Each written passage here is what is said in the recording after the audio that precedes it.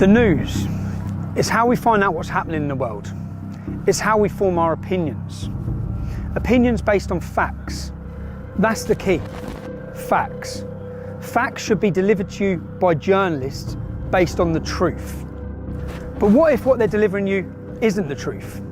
What if it's stories that are manipulated to make you think a certain way, to follow a certain narrative, different people's agendas? And what do they do to those who go against that mainstream narrative? Those who try to expose the truth.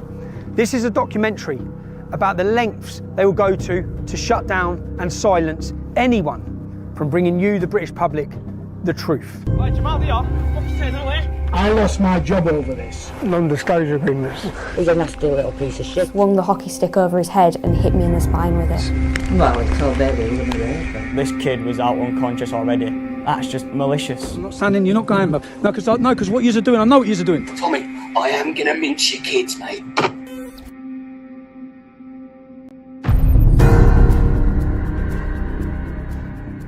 This is a documentary about the unholy alliance between the media, the justice system, and our politicians. How they conspire to suppress free speech, how they pervert democracy, and how the truth and your freedoms are just two of the casualties. We will show how the mainstream media deceives people, how they ignore the truth, how the lies of the virtue signalling BBC, ITV and Channel 4 are all about their poisonous agenda, no matter the cost to innocent people.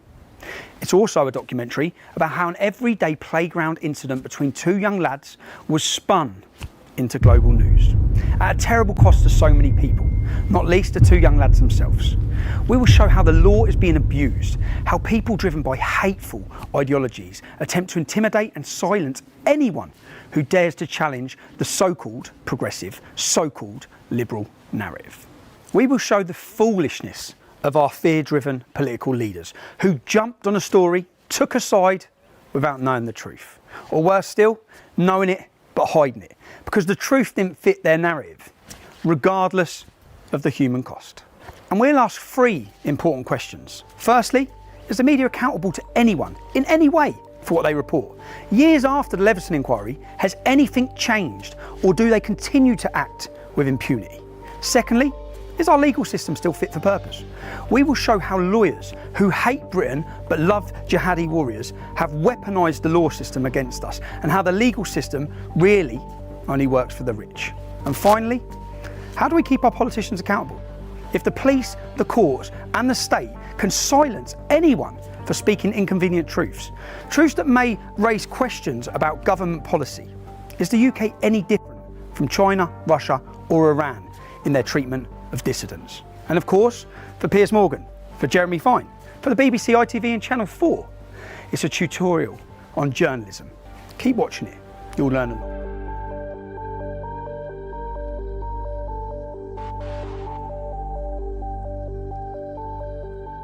Our story appears to start and end in a brief playground incident at Almondbury Community School in Huddersfield. A playground scuffle. One boy poured a bottle of water on another child. The school dealt with it, and that should have been that. 3 weeks later, however, a video clip of the incident surfaced, and within hours, with the help of lawyers and the ignorant rantings of ITV's Piers Morgan and the BBC's Jeremy Vine, it was made into a global news event. And the lives of so many people were turned upside down. Such playground incidents happen every day. So why was this spat between two boys transformed into global news? Well, one of the boys was white, and the other a Syrian refugee. At which point the truth of the matter was buried beneath an avalanche of agendas and opportunism. Within hours, the Race Hate Brigade was sharpening their blades.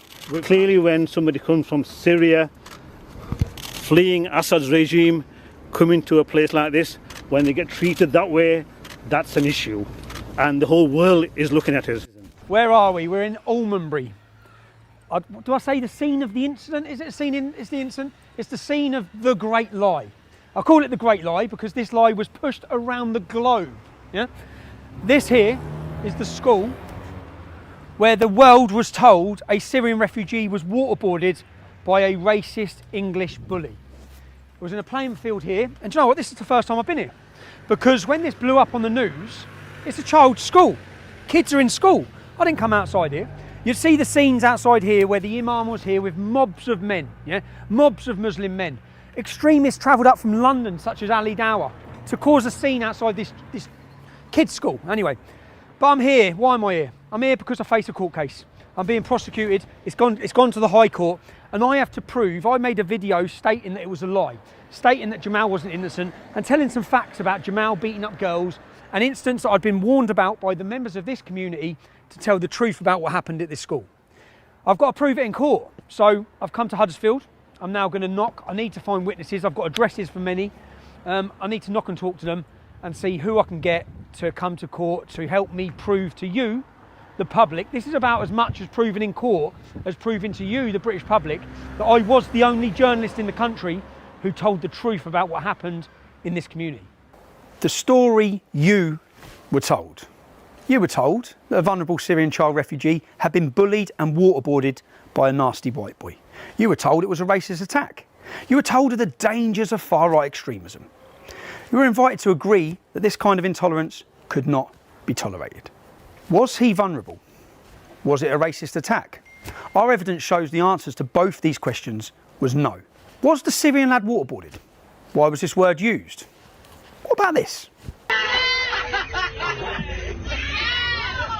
Was that waterboarding? Take a look at this.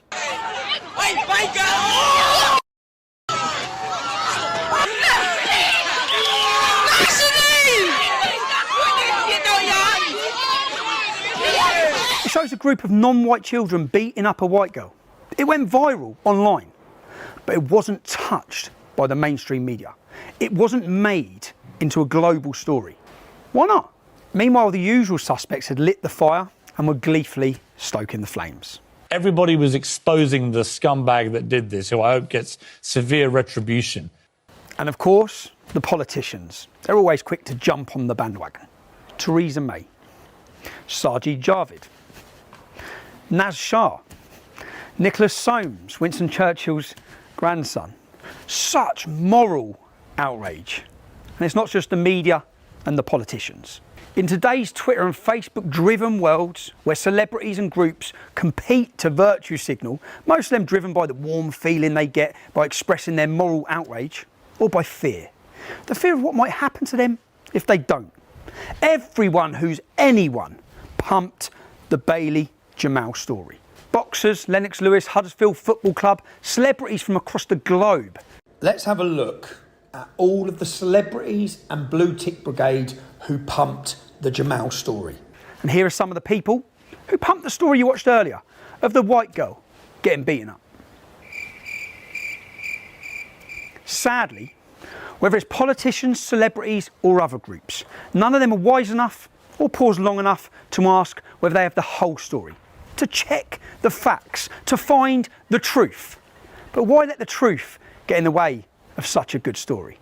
And this story was just too good a story. Two lads in a playground scrap is not international news.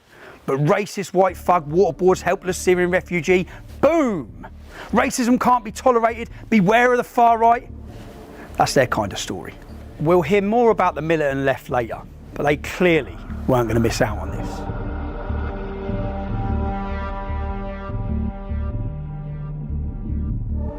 Well, representing might be too harsh a word, but I'm here as a concerned citizen. Mohammed Amin Pandor, a mufti on a mission. He rushed to Almondbury from his mosque in Batley, a town at the far end of the district. In fact, there's 40 mosques closer to this school. But perhaps Mufti Pandor had his own agenda. You see, his little brother, Councillor Shabir Pandor, is the leader of Kirklees Council in Huddersfield, and they were having some pretty bad news days at that time. By the way, Mufti Pandor, he's the same guy who ordered the Islamic mob to come to the school in Batley and demand the sacking of the RE teacher who showed a cartoon of Muhammad in a discussion about free speech. Look at what we do as a community and you'll understand our stance. So what has happened is totally unacceptable. Yeah, and we have made sure that the school understands that. The teacher has been suspended. The teacher has been suspended.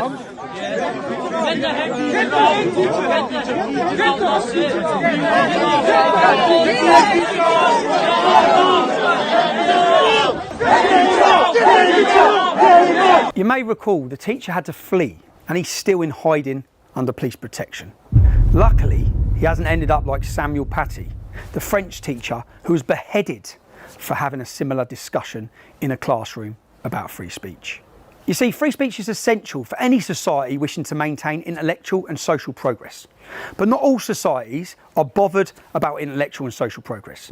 Should we be silenced by the demands of Mufti Pandor and Sharia law? Should we sacrifice our freedom of speech? Should we sacrifice the free and open exchange of ideas? Should we sacrifice the cultural inheritance of which we are all custodians? But back to the bad news days in Kirklees and the playground incident in 2018. There was also Kirklees councillor Masood Ahmed. I'm not aware of there's a problem at the school. That's something obviously I need to find out in terms of that if there is a problem at the school, and that is something I will definitely be picking up. Now, some of you may remember this. My colleague is going to explain what's going to happen next, right? Am I being arrested?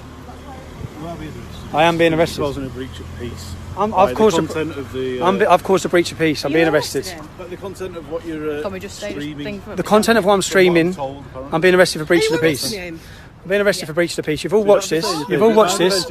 You've all watched this. You've all watched this. Can you get me a solicitor? Can you get me a solicitor? Can you just turn off your live feed? Can you get me a solicitor? Turn off your live feed, please. Yeah? do you understand what I've just said? No, can you explain it again? What does that mean? What does that mean? At the same time as this playground spat between two young lads, 20 Huddersfield men were being jailed across Yorkshire at Leeds Crown Court for what would be the biggest grooming gang Britain has ever seen. Ultimately, 35 almost exclusively Muslim men would be given 380 years in prison for grooming, trafficking and raping young children, most of whom were known to Councillor Pandor's Kirklees Council.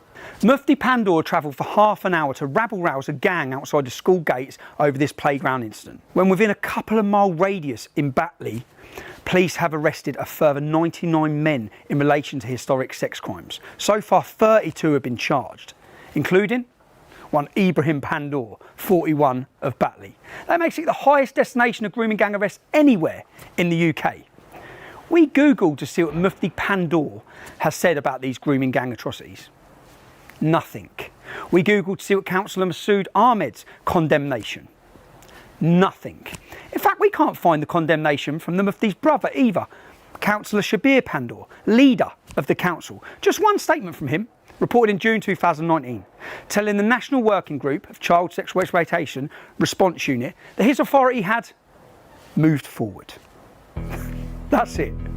They've moved on.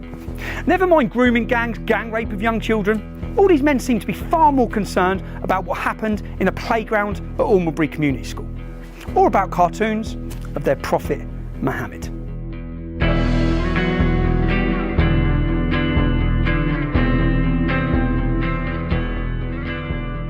I think I now realise how difficult this is going to be, because everyone we've spoke to today, they're all confirming what I said was true.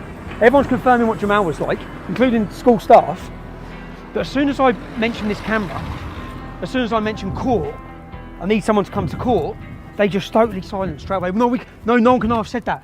I need to show the public everything that I've heard today. I need the public to hear and know the truth. I need them to know how much they've been lied to by the media about what happened in this town. And the only way, unfortunately, the only way I'm going to be able to do that is with hidden cameras. Because today, I've heard the truth, but I need every one of you to know the truth. And everyone's too scared. That's why I said Project Fear. Everyone is too scared to speak the truth or to come to court. So I'm going to end up getting hammered in court. The whole world told I've lied when I haven't. I was the only journalist in the UK who told the truth. So we need to prove it. So we'll shoot down the motorway now. We'll go get these hidden cameras. These are all. So this is a tie. There's a camera in that. That's the camera. Mad, isn't it? It's the camera there.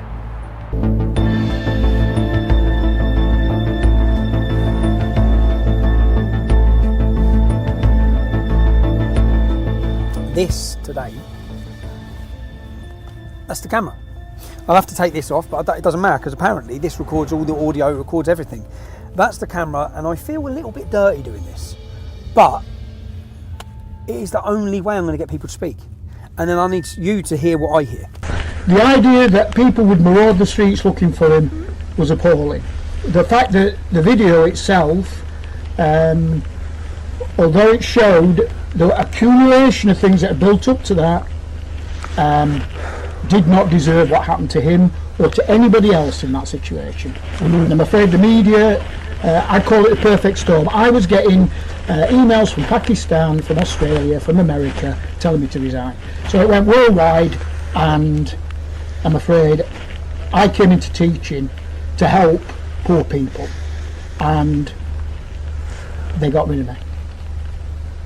I've got a problem here. I lost my job over this, and as a result the council has told me that I cannot speak to anybody ever about it. So I can't discuss it, I can't discuss it with the media. I've always wanted to have my say Against it, which I've never had, never been allowed to have, never been allowed to say goodbye to my staff, was just told to leave. So I'd worked there nearly 20 years, and never got a card, never got a goodbye. This whole thing was just used. The whole thing was used, yes, to push them in. And hijacked, and by the right of the political, I'm quite a political person, by the right and the left, it was hijacked and spun all out of proportion, and now we've got problems. But essentially what I've got... So what you'll meet is a wall of silence. What a mess. It is a mess, but it's a tragedy. It's a tragedy for Bailey. I'm not sure Jamal will get anything out of this ever in his life, positive out of it either, necessarily. He might have got a few silver coins from Judas, but that's about it. You know, that's it. The thing is that the incident happened 6 weeks prior, or weeks prior. And then on the same day at the same time, I've looked at the timings, the GoFundMe set up, the statement's released. Well, now you see you're putting a picture together. And then they've built it up. I couldn't comment on that, but you've got a picture there. Already, that's gold, yeah? I know that's gold. All I hope that's recorded. I can't turn a computer on. So I just pray that's got the audio and the visual, and it's not pointing up there, that we've got it, because that was the head teacher. And that's the first visit. And I know this is going to work. It's exciting. Was there a racism problem in the school? And well, no, I don't think there was. What about other Syrian refugees? Like, do you think what happened to Jamal in the school was because he was a Syrian refugee? No, not at all. I told you before that would have happened if the child was white, big, blue, whatever colour. They're all scared. Yeah. We've all got careers, aren't they? I work for probation service now. You do now? Yeah. So I don't know where I stand with it. If I go, I could lose my job. So they seem to be pretty keen on these NDAs. Yeah. Who is that? Deputy Council. But I can't disclose that with you. Like what? Loads. I'm saying I can't disclose it because I signed it. That incident was talked about by Theresa May at a G20 summit. Somebody asked her a question about it. We were then Ofsteded by 5 of the top inspectors in the country. But only send 1 registered inspector. We had the head of safeguarding. I had Amanda Spielman, the head of Ofsted, speaking to me about it. If you want my honest opinion, they said, get up there, I don't know who they is, get up there and shut that school. Get up there and get rid of this. Get rid of the problem over the Bailey. Correct. Over Jamal. Correct. Get up there and get rid of it. But why do you think that is? Like, do you think, because I looked at Jamal, because he came here 2 years ago, I've got so many negative things said about him now by so many people. Like, I mean so many. Well, I mean, I've got children at school. I've said it to you before. We had 9 Syrian children, 9 families. Yep. We only had 1 issue. Well, my view is that you won't get much of an answer out of Rob because he worked there and he's bound by various confidentiality. So non-disclosure agreements. Did he get paid as well? Not going to comment. They all have. Every teacher got paid not to tell the truth. But the head teacher can't even talk about Jamal at all. No, neither can I. Neither can you. What's your name? Well, if you work it out, it must be a good one, mustn't it? Oh yeah, so, did you work there as well? No, I was the chair of governors there, but so it's not. My issue is you're not going to get anywhere. Really. No, yeah. And Rob wouldn't talk to you either, so it's. They're trying to. It's pointless me even giving you. I told the truth. Your contact details. Okay. It wouldn't work with it. I told the truth about what happened that day. I am not even arguing. His life was destroyed. Well, that's not fair either, is it? As a racist bully, and he weren't. And he wasn't. I know. And I both know that. I know. Unfortunately, the truth is just... How much money is it? I can't see the figure because if I see the figure, it goes out.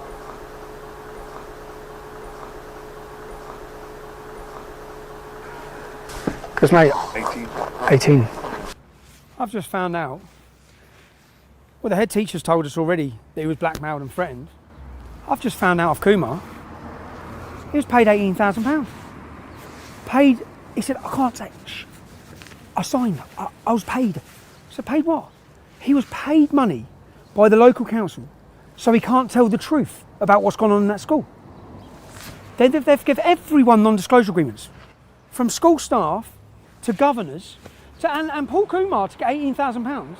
He's not even involved. Silencing everybody, so no one can ever, this is forever, once you sign that agreement, no one can ever tell the truth, while they pushed this manufactured lie that destroyed lives, schools, communities, everyone's life. I've seen life after life after life, person after person's life destroyed, while the council, your local council, Kirklees Council, give away hundreds of thousands of pounds to make sure that the truth can never be told.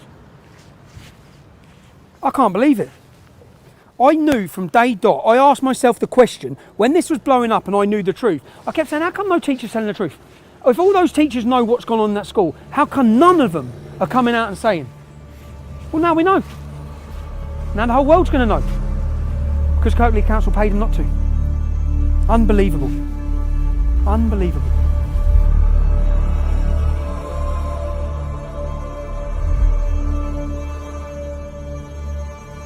Jamal was in your year? Yeah, he was in the same year as me. What was Jamal's attitude like at school? He wasn't very nice. He called female teachers bitches.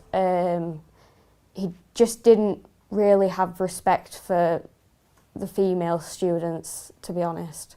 Yeah, basically we were in a PE lesson and we were playing hockey with a teacher called Mr. Cattell, and I had taken the hockey puck off of Jamal because I was on the other team and sent it to the other side of the room where my teammates were, and I then turned around and just felt a really sharp pain in my back, and he'd swung the hockey stick over his head and hit me in the spine with it. Do you think there's any way that could have been an accident? No. It knocked me to my knees. It knocked you to your knees? How long had Jamal been at school when this happened? About 2 weeks. I've had lasting injuries from it. It's caused me to have severe pain in the top of my back, and I'm on medication for the pain. Still now? Yeah. Did Jamal get in trouble for this? Not that I'm aware of. First, I want to apologise to anyone I've been forced to record with a hidden camera. Sadly, people are terrified to tell the truth because of the potential consequences. But the truth still needs to be told. Do you remember of any incident specifically with Jamal with blows? Well, there was that one where he hit that girl with hockey stick, wasn't it? Yeah, Charlie. Charlie. Yeah. I think of her name then. Yeah, in Moscow. Lovely little girl, that. Yeah. It was just rude to him, obnoxious, bloody nasty. No respect for ladies, no respect for girls. Yeah. Because he was to the side of me, so he tried pushing me and so I quickly moved out there because obviously I knew what he was like, he would have actually hit me and stuff. Yeah. So I moved, and then that's when he moved his arms if he was going to try to slap my face back. Okay. And he did, but on that day he spat at you multiple times. Where'd the spit go? Literally all on my uniform outside and all down the school bag. Because when I went home I told mum and my mum was disgusted in it. But the school said that because it was outside of school times, they can't really do much about it. Okay. He's a nasty little piece of shit. Was he? Yeah. And I told your solicitor that when she rung me. Okay. Horrible boy. Is he? Yeah. And it's all that. What was he like at school then? Nasty. To? Everybody and anybody. He had no respect for women at all. None. And even staff. Jamal grabbed him by his tie, literally threw him against the wall, cracked his head open against the back of the wall and just kept throwing him against the wall. This kid was out unconscious already. That's just malicious. That's just intent to kill. The house there. Were they? They had a young lad and a girl, and They were horrendous. The kids, they were just horrific. The couple of kids that they had, they used to bully the kids. What, Jamal? Yeah. See, what was Jamal like though? A dickhead. Was he? He came to isolation a few times. He wasn't perfect child. No. He was portrayed. Well, you know what job I did, don't you? He was in isolation. Yeah. Yeah. In isolation lots of times. No, he used to lie a lot. But this whole thing was built off what he said, and if he lied a lot, it's a big problem. Times, yeah. What's that? He was quite a violent person. He was a violent person? Yeah. Like, so I was the year below and he was the year above. Yep. He used to, every time I walked past, try grabbing me and... Every time you walk past him? What about, your mum said something about he put something in between his hands? Oh yeah, it was a compass. I remembered it yesterday, just as you went. It was a compass. It got a compass and he was going around like... When he got to me, he went proper hard into me, made me bleed and everything. And I think it was Miss Ennis that proper gave him a telling off. Okay. Well, there are testimonies from several children who alleged they were being bullied by him. Younger children, little girls, mostly girls. Is Jamal the innocent victim, you've been told? I gathered these testimonies over just a few hours filming in Huddersfield. I could have carried on. Yeah, I was waiting outside isolation to beat the girl up. And about the lies? Yeah, I'd say about Jamal, he used to tell fibs. Several times he got investigated. And it just fucking turned out to be fucking lies. The fact he always lied is a big point. The fact that you know that the police, the school investigated incidents where he said things happened, and they turned out to be made up. Yeah, there were fibs. They couldn't have happened. It couldn't happen because I think there was one. The child wasn't even in school that he accused. I can remember. I know he said a couple of things to kids. Yeah. You know, about what he was going to do to sisters and what have you. To Bailey? To Bailey and to others. Oh, and to others. But not a very nice boy.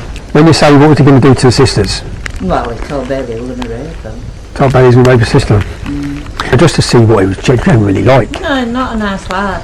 I know, and I've tried to argue that it was in the public's interest for them to know the truth about Jamal. And they was just retaliating. Yeah. You know, which most people do if somebody threatening their sisters. Yeah. Younger. Yeah. Bully. Who, Jamal? Yeah. Yeah, that's what I'm finding out. Yeah. That's what I remember. He said he was going to stab him, so I think it was science or something. Yeah. If I remember. He said, yeah, so he goes, come on then, what are you saying now? Because that thing of him getting caught with a knife in school, it's like, what? Caught with a knife and a screwdriver? Yeah. Bailey gets expelled for pouring a bottle of water? Yeah. What the fuck? Surely he gets... You got a statement on that? No, because there's things missing. But I've got his dad mention it in the minutes of a meeting. His dad mentions it in a meeting with the school. His dad mentions about them catching him with a knife and a screwdriver. His dad brought it up. I've got it in black and white. Yeah, so you've got a good case there. I've got it. Yeah, he got caught with a knife. They can't deny it. You see, the truth was there for the media. It was there for celebrities and politicians to see. They could have told you the truth at the time, before some of you gave over £160,000 of your money to the poor victim, Jamal. Well, not so poor anymore. But none of this was true. A key part of this case is that I reported what I was told. Before my involvement in this story, a mother went online and said her daughter had been attacked by Jamal. I contacted that mother. She sent me images of her daughter. She said her little daughter was beaten by 3 Muslim girls and that Jamal jumped in and bit her daughter on the head. She sent me the images of the bite marks on her daughter's head. I said, can I speak to you? Can I interview you? I rang the mother, but the child was too scared to talk to me. She's scared. Oh no, everyone's scared. A girl went online and said that she had been attacked by Jamal. Both of these victims deleted their comments. Why? Both of these victims have gone online and reported this before my involvement at all in this case. I simply reported what they were saying. We revisited the mother's house to try and get confirmation as to why she backtracked on the story she had put out and the story she had told me. I don't care if you're driving, Tommy Robinson's there. Tell her not to worry, don't worry. He said don't worry. Yeah. So when you put online about Jamal, what happened?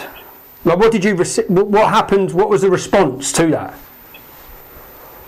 What do you mean? I mean, did you receive any? Did I receive threats? Yeah, I did. What sort of threats? Rape, all sorts. All sorts, Tommy, all sorts. And I'm just, because what I'm trying to understand is that, and is that, because what I've looked at, and then, because Jamal's solicitors are using a statement that you made saying that Jamal had nothing to do with it, but was that, I'm asking, was that in response to the threats you received? Yeah. It was, okay. I don't feel safe at school. Sometimes I say to my dad, I don't want to go to school anymore. I was just crying, and I didn't do nothing because I respect the school rules. He was put up on a pedestal by every single media outlet, politicians, footballers, celebrities, boxers, everybody. And he's suing me for defamation for what I've said about him. All I'm knocking on the door and asking teacher after teacher after teacher is, what was Jamal like? And it's just flowing. It's just boom. And he was far worse than anything I said. Far worse. I find it insane. Because there is no way that all the things I'm now finding out, that no other journalist has found this out. They must have known what it was like, because it hasn't been hard.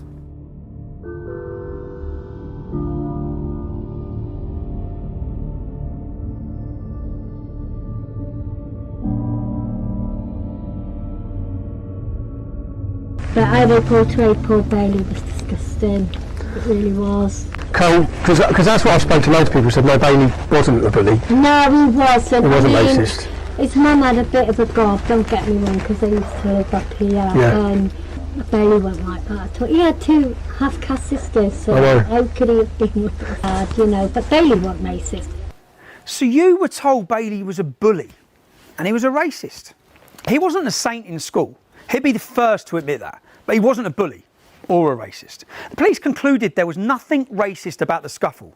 Yet you were told he was vermin. You were told he needed to be dealt with. He was vilified by the media, by politicians and by celebrities. Bailey a bully, Bailey a racist. Not according to his teachers and other children. Not according to his head teacher of his school. He was a 15-year-old kid, and he would have been, could be, have a great future. He's a very articulate lad. He's got a lot of issue about justice. Yeah, I think, I could have seen him being a lawyer or something like that because he has that in him. Really? Yeah. And he would stand up for his peers in school where he felt things were. Yeah. He would do that. But Bailey didn't even get to sit his GCSEs because of this campaign of hate, this perversion of the truth. What about Jamal's broken arm? Which the world was told was because of bullying. That was a lie. School incident reports record that he had been punching a much younger child in the face while holding him in a headlock, and he was pushed off him, fell and broke his arm. The police considered the incident to have been dealt with properly. He started calling my mum a white fat bitch and stuff, and then he You started calling your mum a white fat bitch. a white fat bitch? And then I went up to him, and then I chucked a bottle at him, and then he put me in a headlock, and then my mate pushed him off me. And I believe that's how he broke his arm? Yeah. There were all sorts of misconceptions, like the fact that he had a broken arm. I've got two independent witnesses, Taryn. No, he hit a year 8 kid. And another kid in year 11 stepped in and said, "What are you doing?" Pushed him over. Broke his arm. Who he had in the headlock? It must have been just start of year 11, put this kid in a headlock. One of my friends wasn't having it, didn't like how he was behaving, grabbed him and just threw him off him. Like anyone do break up a fight, they just throw him off him, but this wasn't a fight. This was an all-out brawl, one-sided, completely one-sided. Because this kid had no match against Jamal. Just threw him off him and he landed on a curb. How big was the kid? Jamal was in year 11. Yeah, half the size of Jamal easily. Okay. I know he was 12 and Jamal was 15. But it was kind of half size-ish, kind of up to shoulders kind of thing. Yeah. But he still had no match against him. And my friend just grabbed him, threw him off him, and he landed on a curb. That was it. So I've read it reported by Jeremy Vine and in the newspapers that that was an incident of Jamal being bullied. No, exact opposite. He was bullying this kid. So you see, people thought that was all part of it. But that's, do you know why can somebody be thrown to the floor with a broken arm? But do you know why they thought it was part of it? Because the solicitor said it was. No, well, that's not true. That genuinely is not true. I could even name it. I won't. But I could name the child in year 8 that he did it to, and I could name the child in year 11 that stepped in. So someone stepped in because basically the school was a pretty good place. Kids had good values. So if you saw a bigger kid hitting a little kid, you'd step in and say, "What are you doing? Get off him." And we even had it where. Do you know what he said to the Year 8 kid? No. Called his mum a white slag. Yes. Now I've got that on camera as well. Now you say it, yes, he would have done that, and that would have been incredibly provocative for him. Even in his statement to court, Jamal claims they were forced to relocate from Huddersfield for their own safety to a different part of the country. Really? Because the records say there was no racial motivation and there was no threat at home. That's what the records say. And this is why the authorities, they refused to move them. And while all this was going on, records also show that his dad, Jihad, his dad's name is Jihad, he'd threatened to kill himself if the rest of his family weren't brought in from Syria. It's not surprising that some authorities expressed concerns that Jihad Hijazi was trying to manipulate the system to get what he wanted, including better housing. You were not told the truth, the whole truth and nothing but the truth. You weren't told anything approaching the truth by the mainstream media. And in Jihad Holy War's statement to the court, Jihad said that he wished he had died in the war with his family rather than go through what happened at Almondbury Community School. Really? He wished he was dead and all his family were dead rather than go through this school playground incident. Listen to the clip again. Say now then. Nothing. Say now then. Say now then. Hey, nowhere. Fuck, say nowhere. Listen to what Bailey's saying. He's asking Jamal repeatedly, what are you saying now? It wasn't a random attack. It wasn't a racist attack. Bailey didn't threaten to stab Jamal. The playground incident was not the beginning of the story. It was a culmination of many events. Not least, it was a response to Jamal's alleged threats to rape Bailey's younger sisters. They were about 9 years old at the time of this. So as a girl at that school, when you saw the portrayal of what happened with Bailey and him, because he was painted as this innocent little kid. He wasn't innocent, he started in everyone. He started in everyone. And I used to see him bully Bailey's little sisters and stuff, so...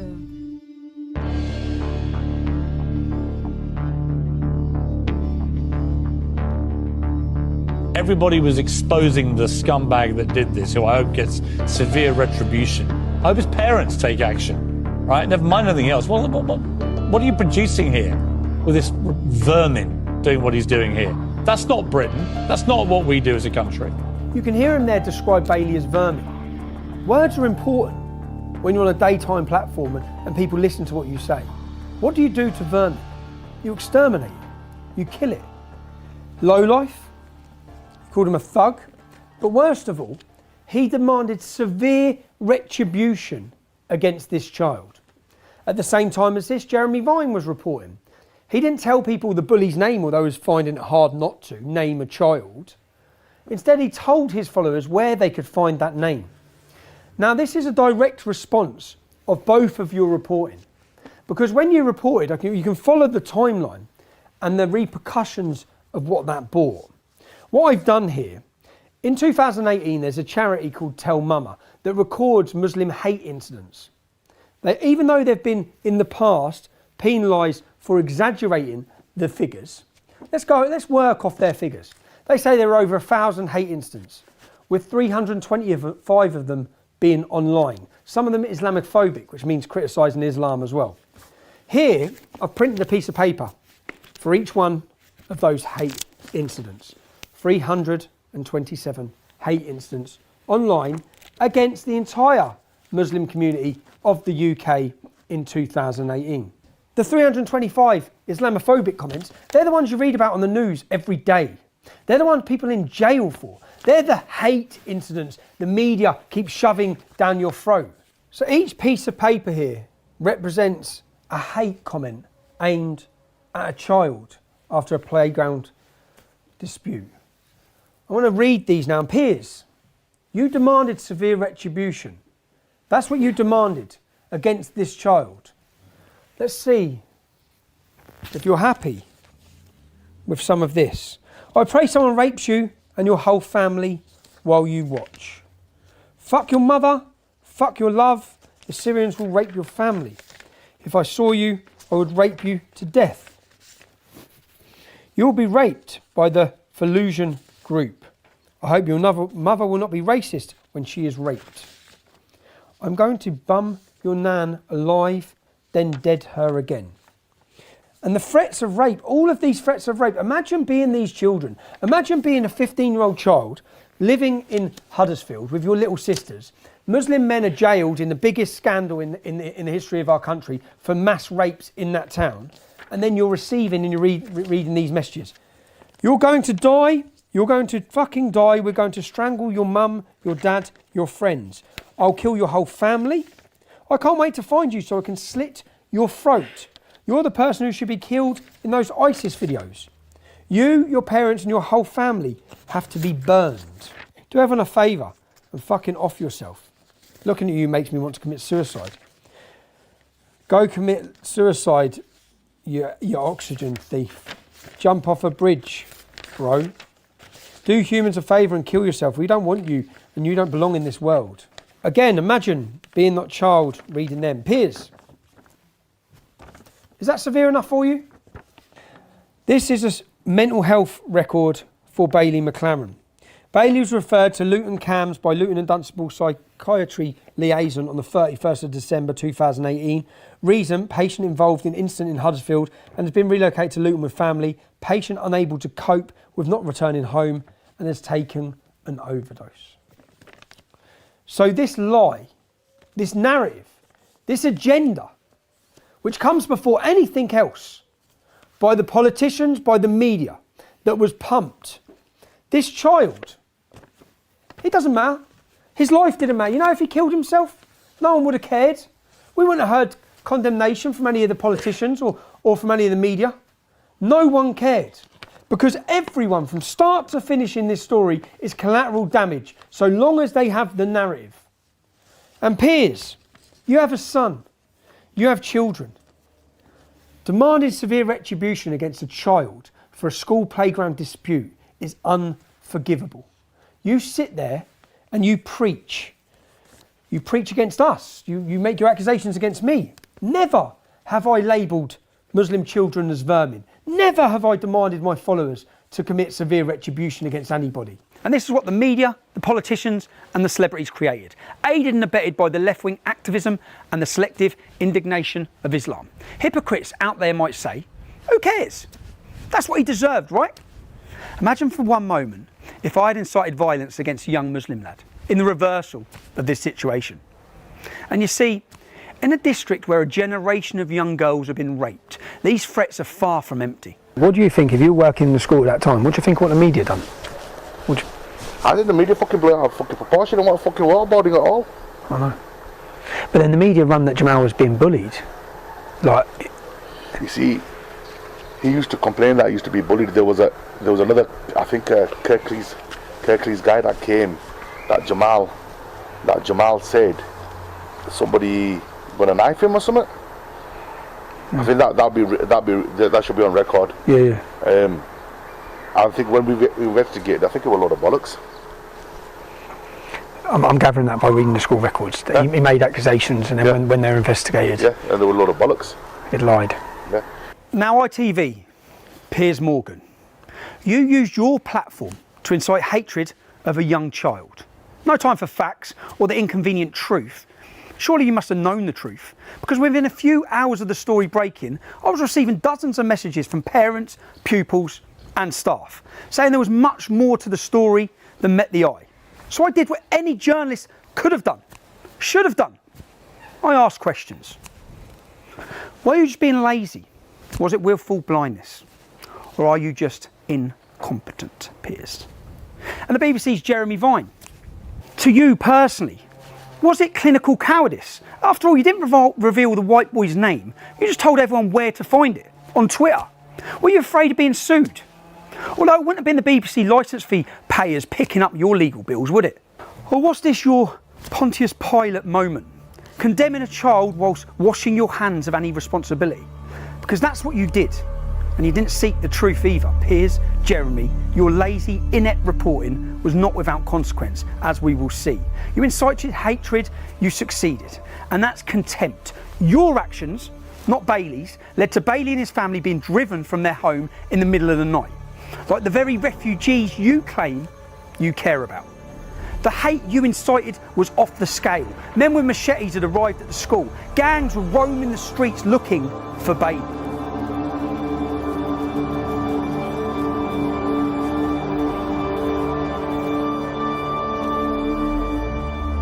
West Yorkshire Police told Bailey's mum that the terrorism threat had been raised to red. They had intelligence of people coming from Bradford to get Bailey and his family. Rather than deal with the threat, they moved Bailey and his family to a place of safety. So, whilst one child had the support of the whole country, had the support of the Prime Minister, Sajid Javid, the local football club, everyone rallying behind this child, £160,000 donated to him. The other child, in this incident, his family were driven from their home, threats, groups of men looking for him, ready to commit violence against him. And the police stopped the mum, so the police took the family, the police went and got the family to get them out of their house through imminent danger, and they were taking them to relocate them here. Let's have a look. The Night Inn. This is the accommodation that Bailey's mother, with two 9-year-old sisters and children, were being relocated to. This one-star hotel, where rooms are rented by the hour, next door to a brothel. The imam, who brought a mob of men up to the school, he has 3 mosques within a stone's throw of where we're standing now. Bailey's mother, through her sense, looked up this hotel, saw it was owned by Muslims, read the reviews that it's a prostitute racket drug hole, yeah, and got out of the police meat wagon with her children to take them to safety herself. But this is where Kirklees Council were housing those children and that family. This is the most Muslim populated area of Leeds. That family were taken to so-called safety, yeah, surrounded by mosques in what is a Muslim ghetto, yeah, which is why I'm getting bibbed and going to cause a scene now. We went to see from neighbours what it was like at the time of the incident. I think it was a BMW and X5, and there were about 6 Asian lads in it, and they threatened to firebomb the house. God. Yeah. They threatened to shoot her. To shoot the mum? The mum. They threatened to rape kids. Well, they come outside and done all that? They shout and scream. Shout and screaming it. Stuff like that. Well, I saw the video because a neighbour had shared it, and then I saw on the Yorkshire Live them making Bailey out to be really horrible and that Jamal was a poor little victim, and it wound me up. So I commented on it. The victim wasn't a victim, he hit me in the back with a hockey stick. And then within the space of 2 hours I had about 250 comments saying that I was lying, that I must have been excluded from the school because I'm a liar. Just horrible comments like that. None of them believe in me. And did you take the comment down? Yeah, I didn't want to, but my mum was worried for repercussions, so she asked me to take it down, so I did. This is the hotel. This is, I believe, a 4-star hotel. It's totally full of illegal immigrants. This is across the country, so the point to make is that illegal immigrants come here, young fighting age men, not families, not children, and this is where councils house them. Let's have a look. Hello boys. How you doing? Do you mind if I ask, what country are you from, lads? No, speak English. You do speak English. Just what country are you from? Iran. Iran? Yeah. Iran, okay. Yeah, Iran. Kurdistan, Iran. Okay, no, that's cool, man. I'm just seeing. Is the hotel full? Yeah. Yeah, full. You enjoying it here? Yeah. Nice hotel, nice food. Nice hotel, nice food. Yeah, healthy food. Healthy food. It looks like a nice hotel. Yeah, how many people are in here? I think we're 200. 200. Lots of children? My eye problem, I think I have the little children. No children? My no children. No, not many children, no. But it's a nice hotel. Nice hotel.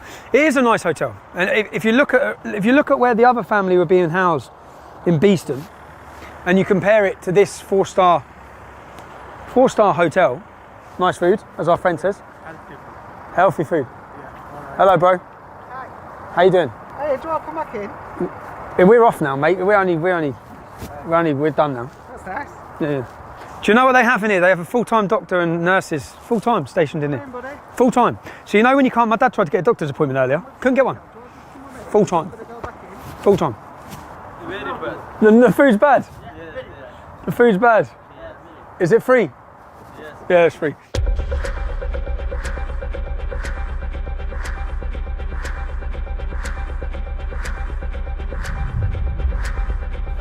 I had governors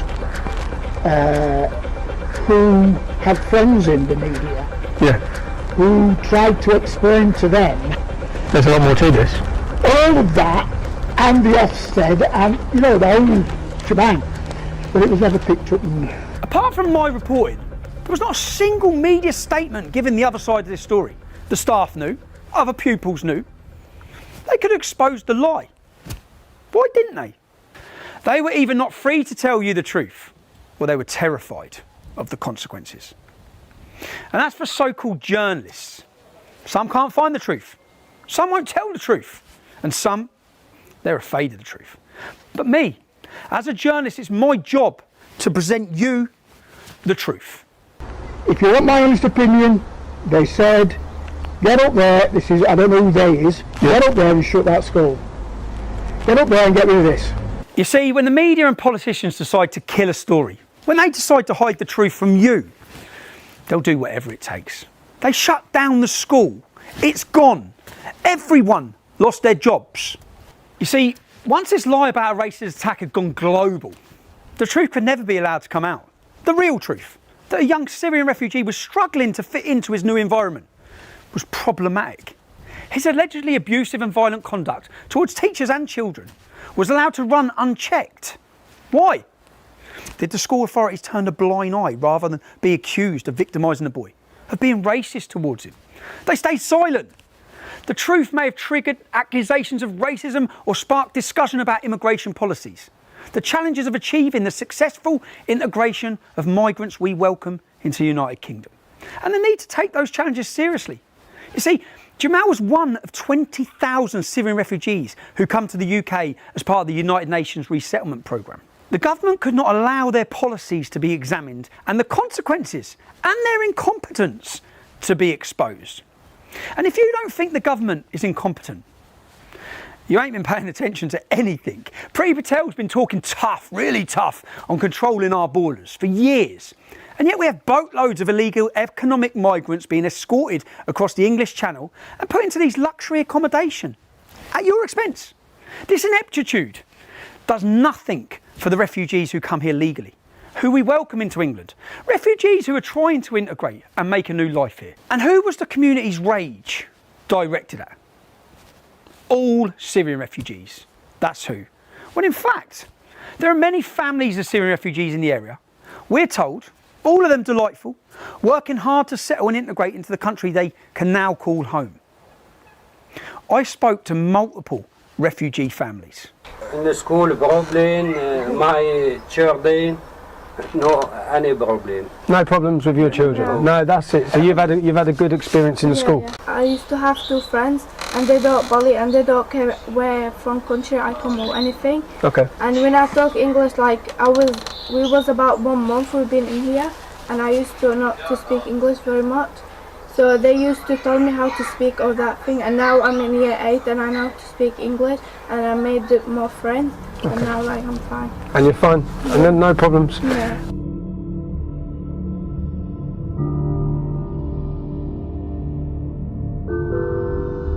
I don't feel safe at school. Sometimes I say to my dad, I don't want to go to school anymore. I was just crying and I didn't do nothing because I respect the school rules. Who told Jamal to go on camera and say this? Who arranged the media tour? Who encouraged him to take legal action? He was originally going to sue the school for not looking after him and then decided to sue me instead. Who told him to put this in his statement to the High Court? You see, Jamal doesn't like to break the school rules. Here's the problem. This is his behaviour record. Almost 100 codes for bad behaviour. Truancy, verbal abuse to teachers, physical violence towards pupils, and lying. Yeah, there's plenty for lying. You see, I haven't got all of Jamal's school records. Large sections of the documents I was given were blacked out. We tried to get access, but we weren't allowed. And the lawyers wrote to the court to explain they had misplaced documentation. And finally, as you can hear, the lawyers decided what they were going to allow me to see. Whilst I was preparing my defence, Jamal's lawyers decided what I could see. And this global news story wasn't an accident. It was all carefully planned. You see, the day before the video went viral, a GoFundMe page was set up for Jamal. And the video went viral the day after a criminal record check come back on Jamal. Why would his lawyers do a criminal record check? Well, they had to make sure this was financially beneficial exercise, wasn't going to be derailed by an unhelpful past. 15-year-old Jamal, his record was clean, by the way. Mohammed Akanji, the jihadist lawyer of choice, was immediately on a global media blitz. Listen, about Akanji himself, I'm after him for my own reason. Right, okay. Nothing sinister though, is it? Oh, fuck, no, journalistic. Oh, journalistic, oh, that's good. Oh, no, fucking totally journalistic. I want to get all the background on him. You reckon he was a member of that? Yeah. Al-Midra Haroun are a prescribed terrorist organisation. Almost 60% of terrorists in British prisons are ex-members of this organisation. They kill, they murder, they slaughter. That is the organisation that Mohammed Akanji and his brother were allegedly, according to this top mainstream Muslim British journalist, they were members of it. How does a Syrian lad find himself working with a jihadist lawyer of choice before this video even went out? Before anyone had seen this viral video? Within 2 weeks, the lawyers had been made the beneficiaries of the GoFundMe page of £160,000. A plan to sue the school, that's put on hold, and the plan to sue moi for libel was launched. What riches had these lawyers promised Jamal and his family? School records were edited. Migration Yorkshire clamoured to make this playground fight about race and hate. They contacted the Home Office as soon as they heard about this playground fight. Yeah, the Home Office, a playground scuffle. Why are they contacting the Home Office instantly? Someone went further. You see, we had this school incident report analysed by a graphologist, someone who analyses handwriting. It appears to show that a second person with very different handwriting doctored the report to allege that Bailey had threatened to stab Jamal. Even though all the witness reports mentioned there was only one teacher there, so only one teacher could have done an incident report. So, with the careful planning of the jihadist's favourite lawyer and the enthusiastic support of some useful idiots, it was possible for the lies to go round the world twice before the truth had had a chance to put its pants on. I now need to mention other repercussions of what happened in Almonbury. I was being sued for reporting the things that were said to me about Jamal. I had to defend myself. The judge had already ruled that I was not allowed to argue it was in the public's interest for people to hear a different perspective of Jamal. I had to prove that the information reported to me was true. That's not the kind of burden placed on Piers Morgan or Jeremy Vine. Piers can describe Bailey as vermin without being held to account. And who is behind propagating this deception and the lawsuit against me? You see, this is where we get to meet the most sinister part of the unholy alliance. All sorts of people are helping out, but leading the posse from the front is the jihadist lawyer of choice. He represented Shamina Begum. You know, the jihadi terrorist that's out in Syria? He represented, I think, Michael Adebolajo, Lee Rigby's killer. I think he's even had to change his name because he's got such a terrible track record. So this is the lawyer who's suing me, and who the media celebrated that he had served me papers, even though I wasn't in the country. If you've pillaged, if you've plundered, if you've raped and you've beheaded, and you say you've done it in the name of Islam, well, these are the lawyers for you. The lawyers who stepped forward for ISIS-Bide Shamina Begum, who've been fighting to get her back into our country, who defended Michael Adebolajo, who beheaded Lee Rigby. This is Mohammed Akanji. And his colleague, Farouk Bajra, who's been banned from claiming legal aid. Yeah, banned from claiming legal aid for putting in fraudulent expense claims. Let me rewind a bit. Let's go back a few weeks. There's an important piece of background information to this. Don't know the full ins and outs of it, but basically to inform that a group call themselves Antifa UK. Yeah. Heard of them? Yeah. To be honest, I kind of haven't. And Antifa Dundee, it basically says they're planning to help possibly kill Tommy Robinson because they know where he lives and want to silence him. They've got their hands on, it says they've got hands on some AK-47s, make petrol bombs and stuff. And allegedly say they're going to put these petrol bombs through your door when he sleeps. They say they're also planning to attack a few MPs. Now, at the heightened tensions with multiple Osman warnings, they now take back the radar phone, the one option we have to go direct to the police, and they are removing it at this current moment. Where are you from? I'm from the counter-terrorism policing unit that Carla works with. Okay. So Carla and I work very closely together. So look, what did you just say? Basically, the radar phone or whatever it is, the phone, the emergency phone. We'll be taking that back. You'll be taking that back. Yeah, those phones are designed for a. No, are you for real? Like, so when there's a heightened threat and people have come to the house and the address has been put out where my kids are, you're then going to take the panic phone back. It's Christmas 2018. The police come to my family's home to tell me that people in Antifa, far left violent extremist organisation, are planning to kill me and my family. See, who were the first to comment on this video? Well, Mohammed Akunji of Farouk Basra & Co. Of course, the jihadis' lawyers of choice, but also Mike Stutchbury, an independent journalist, an Antifa activist. So the jihadist lawyers knew Antifa were planning to kill me, then actually commented on the video of the Osman warning.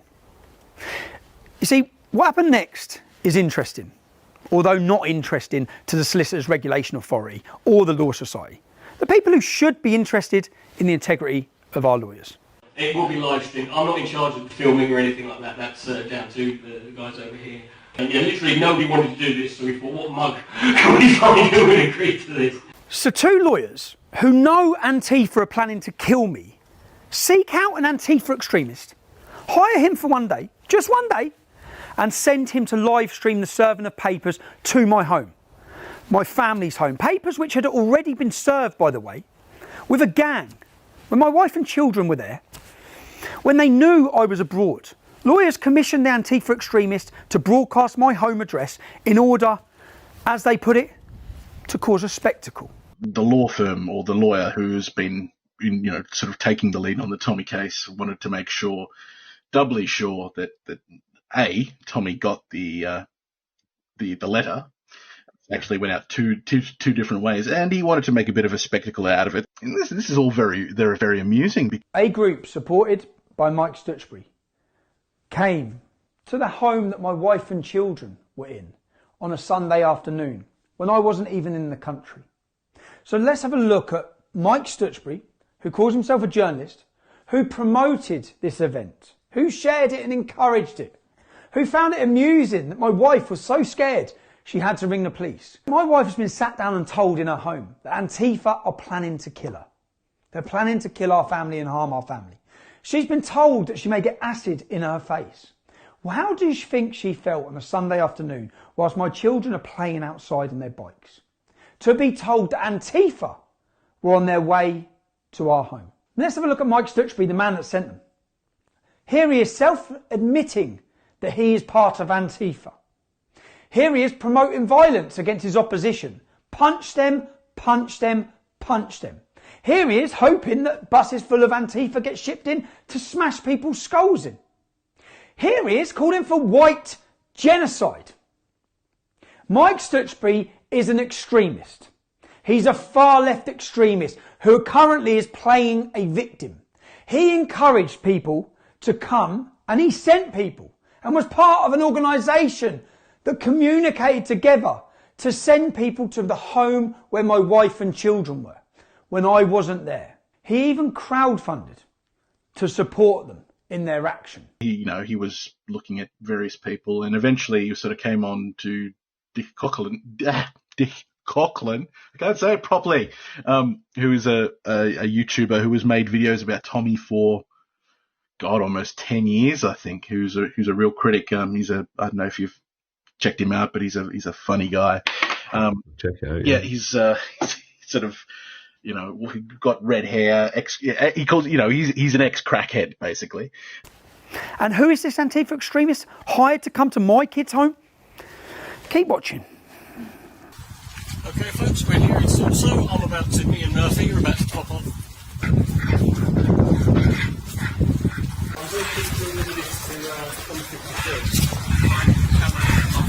I went up to where number and they said, right, we'll take that from him, we'll make sure he gets it. And later that night, the Antifa extremists hired by their lawyers had a message for me and my children. And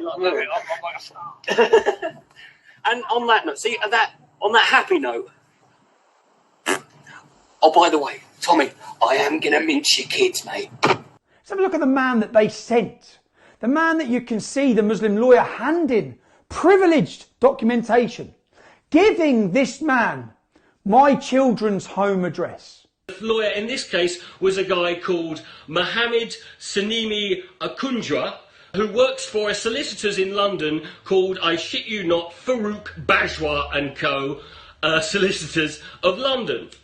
I get asked by this guy that they've decided that they're going to, Tommy Robinson is going to be served legal papers so he can be sued by this family. And they asked me, do I want to be the one to go along to serve the legal documents? Let's have a look at who Dick Coughlan is. Let's have a look at some of the things he said.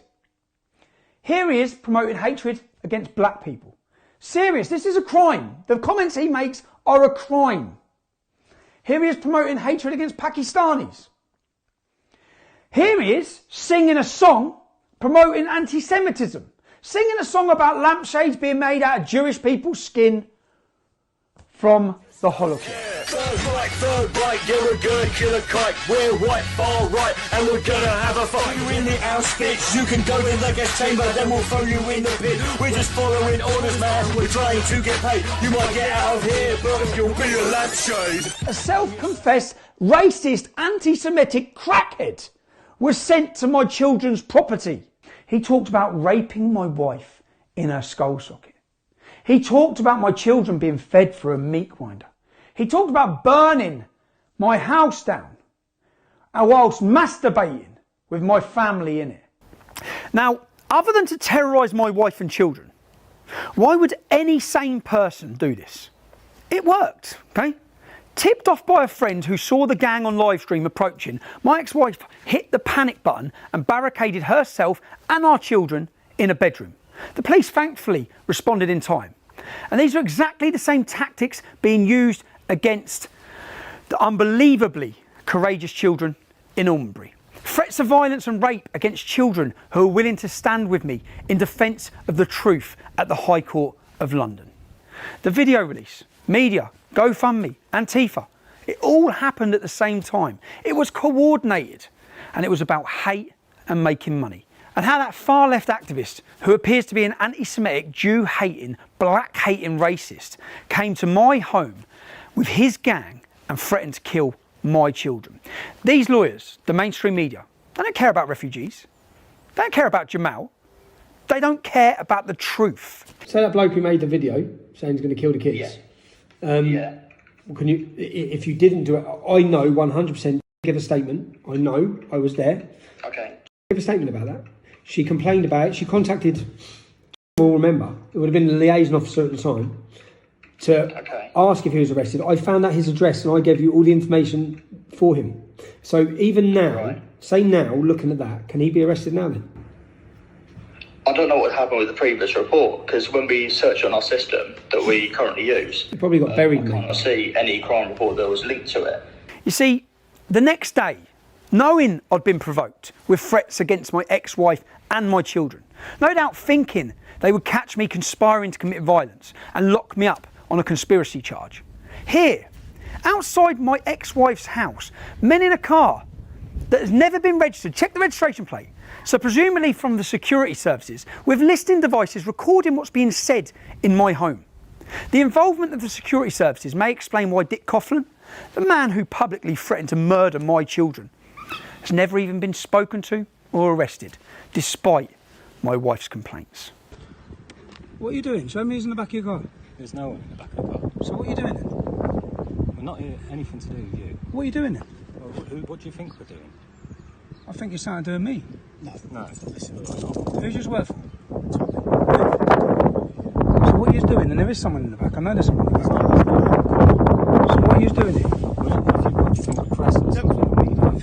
I don't know who you are. That's what I want you to tell me. Go on, tell me what you're doing.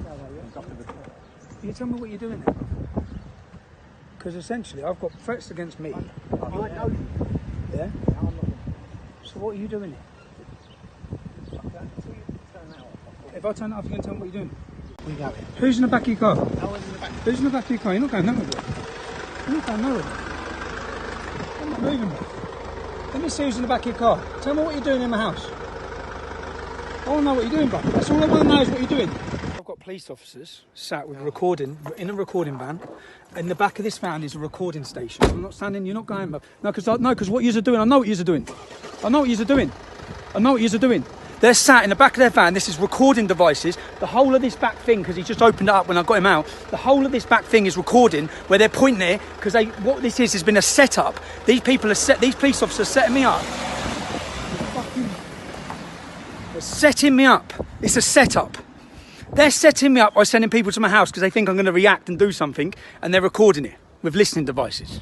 We checked the vehicle registration plate outside the house on the government website, and there's no such vehicle. Let's not forget the politicians, our fearless leaders. It was only when I went alone to the home of self-declared journalist Mike Stutchbury to ask him why he had done what he had and why he thought it was funny to intimidate my children. Some of you may have seen that people have been outside my home, intimidating my family. The difference is, when they come to my home, 5 men come to my home. I'm on my own. I've had to move my children who are scared and upset, and people encouraged people to participate in coming to my address. One of those such people who... It was only then that the fearless then Deputy Leader of the Labour Party, Tom Watson, steps forwards, ignoring reality completely. Every major social media platform other than YouTube has taken down Stephen Yaxley Lennon's profile because of his hateful conduct. Late on Monday night, Yaxley Lennon turned up at a journalist's home, banging on the doors and windows, demanding to be let in. And after being escorted away by the police, he returned at 5 a.m. and continued his intimidation. The incident was live streamed. He later warned journalists in a YouTube video to expect a knock at the door. Does the Secretary of State think that it is right that YouTube and the parent company Alphabet continues to give this man a platform, sir? It'd be funny, no? If it wasn't so insidious. The hardly honourable Mr. Watson totally misrepresented what had happened, and from behind his shield of parliamentary privilege, bravely declared that I'd been terrorising a journalist. Journalist? Stutchbury's an Antifa activist who incites violence and wants to kill white people. Terrorising. Was I terrorising? Mr. Watson bravely demanded that I be removed from YouTube. YouTube had only recently confirmed that none, not one, of my videos had broken any of their stringent guidelines. And my videos hadn't broken any laws. It was clear I hadn't harassed anyone, certainly not Mike Stutchbury, if indeed he is a journalist. But none of that mattered. My wife and children left their family home that night. They never went back. Thanks to having their lives endangered by the jihadist lawyers. See, my wife started legal action against Mohammed Akunji and Farouk Bajwa's firm. But Mo & Co, Mohammed Akunji and Farouk Bajwa, you see, they weren't so keen on facing the law as they were on abusing the law to persecute others for financial and ideological reasons. On the 31st of March 2019, they promptly collapsed their law firm. They'll never be involved in the case. That's what they said. And Dr. Farouk Bajwa, well, he's no longer going to be a lawyer. He'll be living in Pakistan. That's it. That's what they said. That's how easy it was for Mo & Co to escape justice. Interestingly, they're still signing documents on the case on the 6th of June, months after saying they're not involved. Several other law firms have reported them to the Law Society, the body that is supposed to make sure lawyers behave ethically. Nothing's been done. I wonder why. In fact, all the lawyers working at Farouk Bajwa & Co just moved across to a new law firm called Burlington's. And guess what? Yeah, Burlington's took on Jamal's case against me. Farouk Bajwa now works for Burlington's. Farouk Bajwa's son now works for Burlington's. Farouk Bajwa is Burlington's GDPR expert. Pretty ironic, no? Farouk Bajwa and co leaked my children's address to an Antifa activist to put it online for everyone. And if we'd been stupid enough to expect more ethical behaviour from Burlington's than from Farouk Bajwa and Mohammed Akunji, well, we'd have been disappointed. How come Farouk Bajwa signed a form 3 months after he left then to do with this case? It's absolutely. It was. If that was the case, it was before I gave the undertaking, and he wasn't involved in this case at all. He signed a form dated June. In June, he signed a form, and the date on that form that he signed is June. He left this case in March, apparently. How come?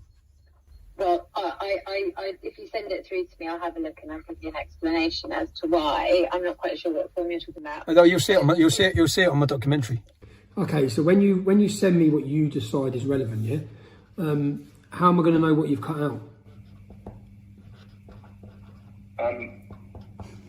Well, I suppose you wouldn't. Then 2 days ago, Mohammed Akunji doxed my mother and father's house. Last night, that house at 1 o'clock in the morning was smashed to pieces with bricks through the windows. Yeah, this is all going on in the background. I've been trying to get my stuff ready, but just so that you're aware of what's going on as to why I don't trust a word you say. When you have Farouk Bajwa's son working for your company, and Farouk Bajwa is the man that sent people to threaten to kill my children, I'm wondering why in the last 48 hours or last 72 hours, since I disclosed information to you, why my family and loved ones have become under persecuted harm, of which is all detailed with police records and video footage of everything that's been going on. So, and you've covered up things which, and Luke, Francesca told me, I have a recording of her telling me that Burlington's did not redact anything. Yet in court you had to admit you did. I've got the recording of her telling me it. Everything was redacted prior to coming to you. And then in court you sit and admit that you have been redacting things. So forgive me, it's just lie after lie. This is Burlington's lawyers losing documents that they're supposed to send to me and deleting things that they don't want me to see. Misplaced. How do you misplace documents that were electronically filed on their case management system at Farouk Bajwa & Co, then passed over to Burlington's? So now he knows that it's going to land on his lap, the whole lie that they've told, and this is the actions they use. Can't play the man, so they play the kids and the family.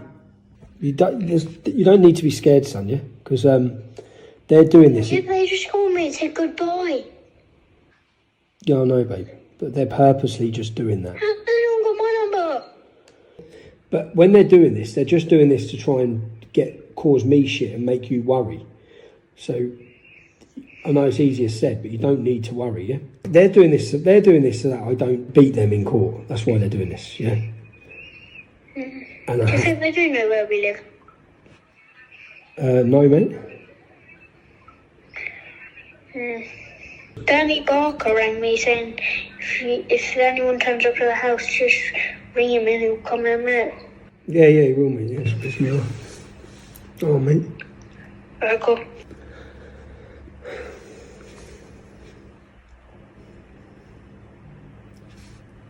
The mad thing is, the whole time this goes on, the media and all of them act like we're the bad guys.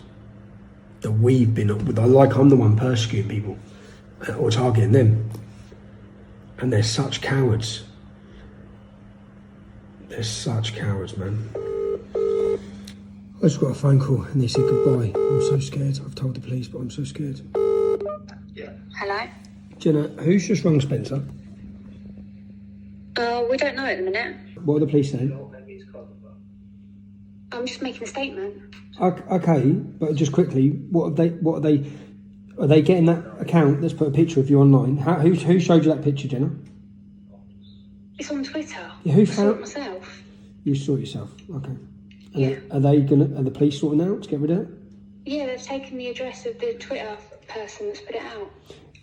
If you can say, I've given them 50 addresses of people who have done exactly this over the years, including the redhead man what about the redhead bloke who threatened to kill the kids? What have they said about that?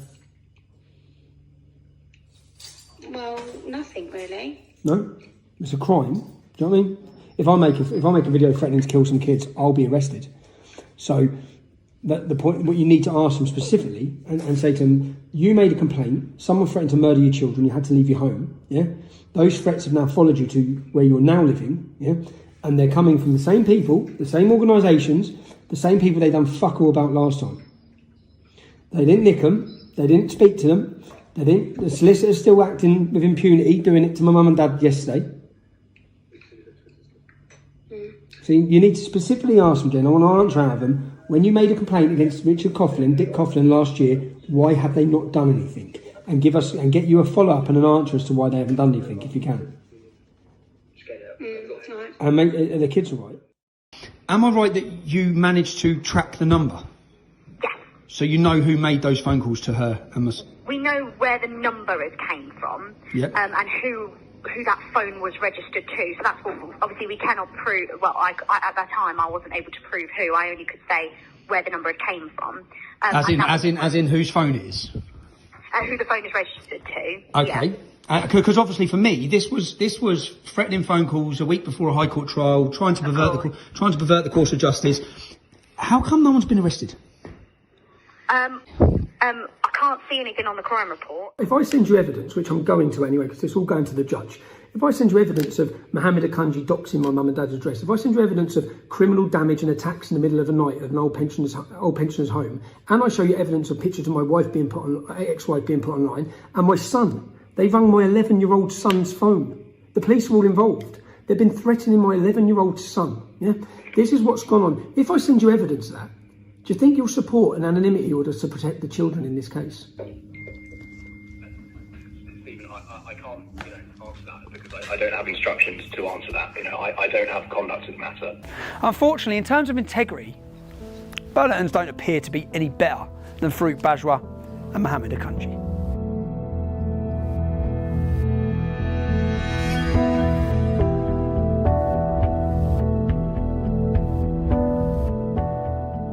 You see, I was told he'd violently attacked a girl. I was told he'd attacked someone as part of a gang. And I was told he'd threatened to stab someone. In fact, Jamal had violently attacked more than one girl. And we presented the evidence to the court, including the testimony of courageous children who came to court. These children weren't Tommy Robinson fans, but they came to the High Court to speak the truth. So let me just look at one of the pupils that come to court and testified. This young girl wasn't a supporter of mine, didn't support my politics, but she still came to court and testified. Let me have a look at her school record and read what her teacher says about her. Charlie is a very mature and hard-working member of the Forum. She has been an absolute pleasure to have in the Forum. She has represented the Forum in the school council and in various events across the school throughout the school year. She represents all that is positive and exciting about studying at Almonbury. Charlie is now currently studying law at university. Why would this girl randomly lie, before I was involved? Why would she then travel to the High Court of London and commit perjury? Because that is what the judge has found, that she's made it all up. And Jamal, the Syrian refugee, the one with multiple lies on his school records and behavioural disciplinaries everywhere, well, he was telling the truth. That is what he found in this case. Why would a mother post images and send me those images of her daughter beaten black and blue? Why? For what reason? Why would the staff lie? Why would the head teacher lie? Why would every single person who was recorded covertly lie about what Jamal was like? 12 different people lying about what Jamal was like. Why? You see, the judge has really helped us out here. The judge says people can lie for reasons that make no sense. Sometimes for no reason at all. He could not readily identify any explanation for why some of these people were prepared to do so and lie. He concludes the alleged assaults, they never happened at all. Despite Jamal's school record, which you've seen, the judge states the claimant's record is overwhelmingly positive. He acknowledged Jamal has a record of lying, but decides on this occasion it's Jamal who's telling the truth and everyone else is lying. Really? We waited 10 weeks for this? That's your conclusion? That's the logic from the highest libel judge in our land? There was no jury. That's right, there's no jury. All of these people were lying. But Jamal, he was telling the truth. Jamal, who could only find his dad, Jihad, to speak for him. Not a single teacher, not a classmate, not a friend, not a neighbour or a support worker came to court to support Jamal's version of events. Jamal, who says he only broke the rules a few times at school, and even then, it weren't his fault.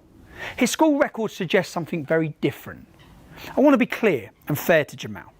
He denies every accusation against him, completely and utterly. On the day the 5 courageous children appeared in the dock, giving testimony against Jamal. Jamal didn't even show up in court that day to face his accusers. Neither did the press. The press actually left court when the witnesses stood up to give their evidence in my defence. It's alarming to think we have this kind of intellect at the top of our judiciary.